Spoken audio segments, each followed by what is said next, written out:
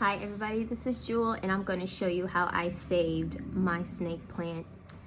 And I had to save it because the roots were rotting. I didn't have proper drainage. The pot I had it in only had this little tiny hole, and so this huge plant was staying moist for too long. And the Sansevieria, the snake plant, is hardy because it doesn't need a lot of moisture, it doesn't need a lot of sun.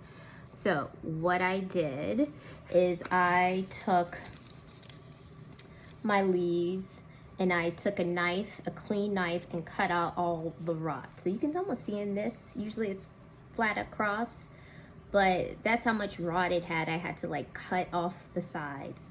And then you let it dry or callus over.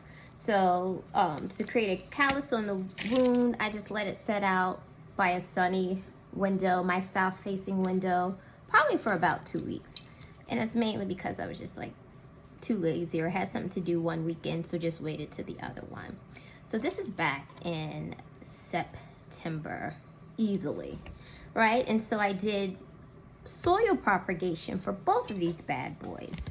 So here's the one I did with the soil. So after it calloused, I just put it in some soil with a lot of perlite to help with improved drainage and aeration. And so when I checked it, about a month and a half later, it had roots. And I was like, great. But this plant, which was in like a same type of pot, whenever I walked by it or even thought about looking at it, it would fall over. So that was an indication that it had not established roots.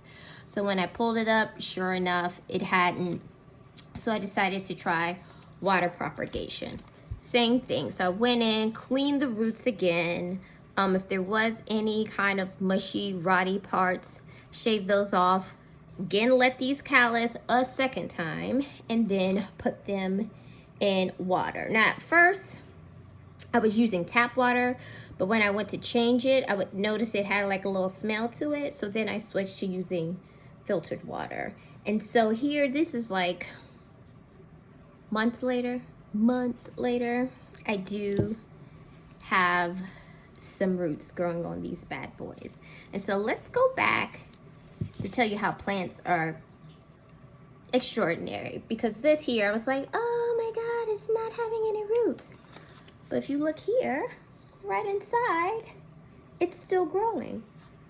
So, I mean, lesson, people grow at their own time and on their own way. So I'm going to pot these today. Again, I'm going to use a little bit of soil, lots of perlite, and then maybe a scoop of compost. But compost stays really moist and nutrient, so I'm just going to use a little bit, and I'll show you how that's going. But 2 ways always: clean knife, cut off your dead mushy parts, let it callus over, which is like dry over, harden, and then put by a sunny window, all right? Cook it on up and change the water probably once a week, but you could do it ever so often. Just go and smell the water. If it smells funky, you know, change it out. And I like to use room temperature and filtered water. So what I usually do is the water that I keep on my ancestral altar, I change that out daily. So on the days where this needs to be changed, I use that room temperature water for that. And that's it, y'all. Good luck. It'll take a long time, so be patient, but enjoy. That's my little tip, how to rescue your Sansevieria snake plant. Bye.